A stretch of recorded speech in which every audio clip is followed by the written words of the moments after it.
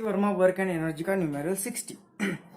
A particle of mass m is kept on a fixed smooth sphere of radius r at a position where the radius through the particle makes an angle 30 degree with the vertical. The particle is released from this position. तो पहले हमें find कर, अभी दो question है ए और B. तो यहाँ पे देख लेना कि ए 59 न्यूमेरिकल का ही जो बोर्ड पर राइट अप है 59 का ही जो है वही पे वही मैंने रखा है. अब इसी न्यूमेरिकल से हम न्यूमेरिकल 60 करने जा रहे हैं. इसी न्यूमेरिकल से हम न्यूमेरिकल 60 करने जा रहे हैं. अब ये ऐसे क्या ऐसे क्यों रखा है? क्योंकि ये दिखाना चाहता हूं मैं कि आपको एस.सी. वर्मा के न्यूमेरिकल सीक्वेंस वाइज क्यों करना है और हर एक न्यूमेरिकल उसके प्रीवियस न्यूमेरिकल पर कैसे डिपेंड होता है. तो यहाँ पे 59 की ही फिगर 59 में क्या किया था, यहाँ पे जो ब्लॉक दिया था वो रिलीज हो रहा था और यहाँ पे हमने कितने एंगल पर रिलीज हो रहा है वो फाइंड किया. अब यहाँ पे उन्होंने एंगल की जगह पे आर्क फाइंड करना है, मतलब S is equal to R theta से फाइंड करेंगे एस, मतलब वो आर्क का डिस्टेंस, लेकिन पहले थीटा ही फाइंड करेंगे. और दूसरा चीज क्या किया है कि पहले बॉडी जो ए पर रखी थी अब ए बॉडी यहाँ पे रखी है, मतलब ये आ जाएगा अब का ए पोजिशन. तो इतना ही डिफरेंस है, बाकी सेम वैसे की वैसे ही करना है कि इस पोजीशन पे जहाँ पे वो ऑब्जेक्ट लीव करेगा सरफेस को वहाँ की एबिलिटी निकालेंगे इस तरह से और फिर कंजर्वेशन ऑफ एनर्जी यूज करेंगे. चलो यहाँ पे करते. तो पार्टिकल इनिशियली कहाँ पे, इस पोजीशन पे ए पोजीशन पर, और ये ऐसे यहाँ पे मूव होगा और एक पॉइंट आ जाएगा कि वो सरफेस को छोड़ देगा और नीचे गिरेगा. तो मानते हैं कि बी पॉइंट पर वो उसे छोड़ दे रहा है. तो इस बी पॉइंट पर हम एबिलिटी निकालेंगे. कैसे? ये आउट इसे वेलोसिटी पोजेस कर रही है और वो सर्कुलर मोशन में, मतलब आउटवर्ड डायरेक्शन में सेंट्रीफ्यूगल फोर्स इस डायरेक्शन में रहेगा m² अपॉन r.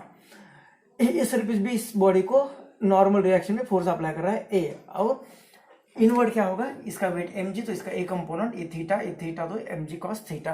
तो इक्वेशन क्या लिखा हमने, radially outward force is equal to radially inward force ए.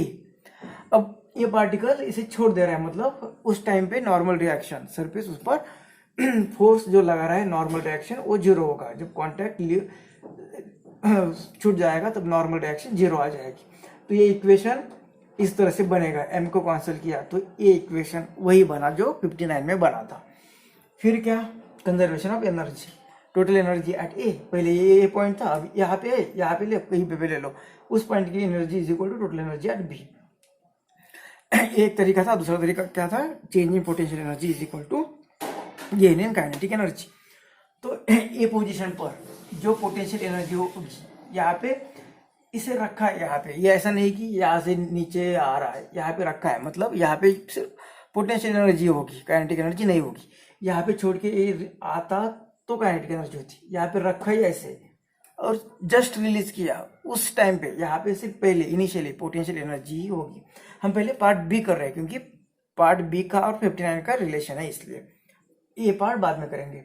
तो इससे सिर्फ पोटेंशियल एनर्जी रहेगी. तो ये हाइट जहाँ पे यहाँ से जितनी हाइट होगी ये हाइट ये h1 मानते हैं और is equal to total energy at B. यहाँ पे पोटेंशियल एनर्जी भी होगी और काइनेटिक एनर्जी भी होगी. इसे इधर लाया तो क्या होगा, पोटेंशियल एनर्जी का change is equal to kinetic energy का चेंज, काइनेटिक एनर्जी का gain. Change in kinetic energy पहले तो जीरो थी, तो यहाँ पे mg और अब h1 और h2 की वैल्यू पुट करनी है. तो h1 और h2 की वैल्यू क्या आ जाएगी, तो यहाँ से यहाँ तक का h1, तो ये h1 कितना होगा, तो ये फाइंड करते हैं यहाँ पे. तो ये था mg cos थीटा इधर. अब ये जो h1 है ये पहले इधर जो एंगल बनाएगा थीटा 1, ये हमें 30 दिया हुआ है, मेक्स एन एंगल 30 विथ, तो ये 30 दिया हुआ है एंगल. फिर से देख लेते हैं. तो ये 30 डिग्री, मतलब ये कितना, ये आर, ये टोटल आर. अब ये रेडियस आर और उसकी एडजेसेंट साइड, इसकी एडजेसेंट साइड ये कितने आ जाएगी, आर कॉस थीटा 1. ये h1 आएगी, h1 आ जाएगी आर कॉस थीटा 1 और थीटा दिया है 30. और h2 कितना आ जाएगी, h2 यहाँ पे आने के बाद जो हाइट होगी वो हाइट, ये रेडियस, ये थीटा होगा एंगल थीटा. तो ये साइड कितनी होगी, आर कॉस थीटा. तो ये कितना आ गया h1 r cos theta 1 r, ये कितना आया h1 r, ये इधर फिर से लिखते, ये mg और h1 आया था r cos थीटा 1, थीटा 1 की वैल्यू 30 दी है, माइनस h2 कितना आया r cos थीटा 2 लिखते हैं, इज इक्वल टू 1/2 m उसके वेलोसिटी का स्क्वायर। m यहाँ का इसके साथ चला गया, अब r को कॉमन ले लिया तो ये आ गया r, इस तरह से 2 से मल्टीप्लाई कर देंगे तो ये 2, तो सेम इधर भी 2, तो सेम वही आ रहा है। अब ये वी बी स्क्वायर और यहाँ पे एक वी बी स्क्वायर मिला है, दोनों को इक्वेट करते, तो ये 2rg और ब्रैकेट में cos theta is equal to, ये तो सेम है, सिर्फ यहाँ पे चेंज हो रहा है, क्या आ रहा है यहाँ पे r cos 30, तो r को कॉमन लिया तो यहाँ पे सिर्फ आ रहा है cos 30 माइनस cos थीटा। तो सेम, तो यहाँ के आगे सॉल्व करते तो ये 2 cos 30, तो यहाँ पे सिर्फ आ जाएगा 2 cos 30 माइनस 2 cos थीटा, और ये अब इस 2 cos थीटा को उधर भेजते तो ये हो जाएगा 3 cos थीटा, और ये 2 cos 30, तो 2 cos 30 की वैल्यू कितनी होगी √3/2, √3/2, तो ये 2 भी चला गया तो √3 रही तो cos थीटा कितना रहा, ये इधर चला गया तो ये थीटा cos थीटा, थी को ये √3 और ये 3 को नीचे लाते हैं तो is equal to cos theta, तो cos 30 कितना आ गया, ये √3 तो ये 1/√3 आ जाएगा, 1/√3 is equal to cos theta.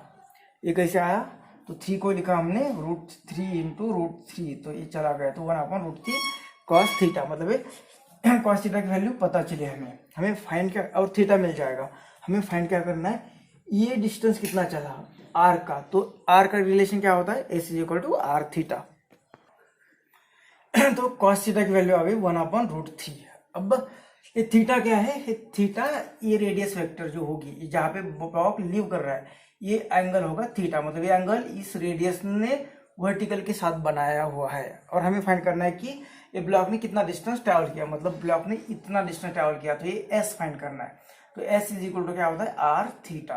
अब ये थीटा कौन सा वाला थीटा, ये वाला थीटा, इसके बीच का थीटा, ये वाला थीटा, तो ये थीटा कितना होगा, ये थीटा होगा, ये पूरा यहाँ से यहाँ एंगल है ओ थीटा, और ये थीटा 130, तो ये कितना आ जाएगा, s is equal to r, ये आएगा, ये पूरा जो अभी ए फाइंड किया हमने, ये थीटा आ जाएगा इस इक्वेशन से, थीटा आ जाएगा cos इनवर्स ऑफ 1/√3। अब इसकी वैल्यू फाइंड करना थोड़ी सी मुश्किल है, लॉग टेबल से ये फाइंड किए लेकिन यहाँ पे आपको सिर्फ एक कॉन्सेप्ट पढ़ने की, इस तरह से न्यूमेरिकल करने, तो इसकी वैल्यू हम डायरेक्ट लॉग टेबल से ले सकते हैं, 0.9, ये वैल्यू है 0.955 रेडियन, तो ये थीटा 0.955 और माइनस ये 30 का, मतलब ये π/6, इसकी वैल्यू तो डिवाइड करके आ जाएगी 0. ये निकालिए 30 की वैल्यू 524, तो ये वैल्यू फाइंड करने में कोई दिक्कत नहीं, यही सिर्फ देखनी पड़ेगी, तो s is equal to r, और इनका सब्ट्रैक्शन करो तो ये कितना आ रहा है 1 और 3 2 और 4, तो इतना डिस्टेंस ट्रैवल हो रहा है 4 3 1, ये 3, तो s इज इक्वल टू मिल रहा है हमें 0.43 या 1 भी ले रहा है, और r की वैल्यू दी नहीं है पर्टिकुलर, तो ये आंसर आ जाएगा। तो इस तरह से एक कॉन्सेप्ट था यहाँ पे लास्ट में सिर्फ एक value, otherwise 56 to this a same numerical. हम ये पार्ट हमारा बाकी है, ये पार्ट चलो, ये पार्ट में हमें पूछा था कि ये यहाँ छोड़ने पर ये सरफेस इस पर कितना फोर्स लगाएगा, वो तो कितना होगा नॉर्मल रिएक्शन, ये होगा नॉर्मल रिएक्शन, और वो कितनी होती है, तो इसकी एबिलिटी निकालेंगे तो बाहर की डायरेक्शन में फोर्स कौन सा होगा m²/r, तो नहीं होगा, यही सिखाना चाहते। ये इसे छोड़ दिया और जस्ट रिलीज करने के बाद, मतलब ये रखने के बाद तुरंत, मतलब ये रखने के बाद इनिशियली वेलोसिटी कितनी उसकी u इज इक्वल टू 0, और ये वेलोसिटी गेन होगी, मतलब स्टार्टिंग में जब velocity u is equal to 0 होगी, तब उस कंडीशन में ये सरफेस इस पर कितना फोर्स लगा रहा है, तो वेलोसिटी थी नहीं, तो यहाँ पे सिर्फ n इज इक्वल टू कितना आएगा उसके वेट का कारण, मतलब ये एम जी होगा तो ये आएगा एम जी कॉस थीटा, ये आएगा एम जी कॉस थीटा, और थीटा दिया है 60, तो ये आएगा एम जी, और कॉस 30, कॉस 30 की वैल्यू होती है √3/2। तो इतना नॉर्मल रिएक्शन आ जाएगा एट पोजीशन ए, पहला पार्ट।